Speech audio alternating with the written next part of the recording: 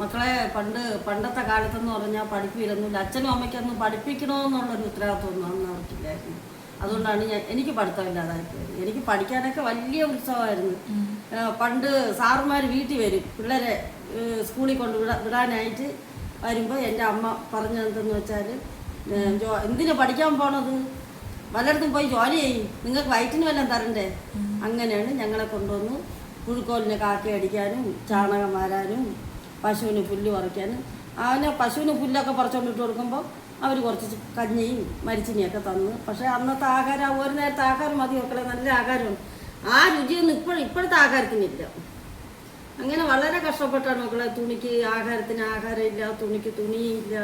എത്രയോ ദൂരം നമ്മൾ നടന്ന് കാലിൽ മുള്ളടിച്ച് കയറിയാൽ പോലും അതും വെച്ചോണ്ടായിരിക്കും ഓടുന്നത്. മുള്ളെടുക്കാൻ പോലും കുറ്റിയിൽ കാലിൽ മുള്ളു കൊത്ത് കയറിയാൽ ആരും എടുത്തു തരാൻ പോലും ആരും കാണില്ല. അങ്ങനെയൊക്കെയുള്ള ചെരുപ്പ് പോലും ഇല്ലായിരുന്നു മക്കളെ അന്നത്തെ കാലത്തൊക്കെ. വളരെ കഷ്ടപ്പെട്ട ജീവിതമായിരുന്നു. ഇപ്പം ഈ പുരോഗമനമൊക്കെ വന്നിട്ട് ഒരു 2000-ന് ശേഷമാണ് നമുക്ക് ഇങ്ങോട്ട് മാറ്റങ്ങളുണ്ടായത്. അതുവരെ കഷ്ടതയായിരുന്നു. എന്ത് പെട്ടെന്നാണ് ഇപ്പോൾ സാധനങ്ങൾക്ക് വില കൂടിയത്, സ്വർണത്തിനായാലും വില കൂടി. ഇപ്പോൾ ഒന്നും വേണ്ട, നിത്യോപയോഗ സാധനങ്ങൾക്ക് തന്നെ 2000 പണ്ടത്തെ 20 രൂപ കൊണ്ട് പോകുമ്പോഴാണ് ഇന്നത്തെ 2000 രൂപ കൊണ്ട് പോകുന്നത്.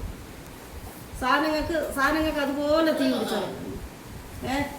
പിടിച്ചാൽ മക്കളെ. പിന്നെ ഇതിൻ്റെ ബാക്കി ഞാൻ അടുത്ത വീഡിയോയിൽ ഇടാം മക്കളെ.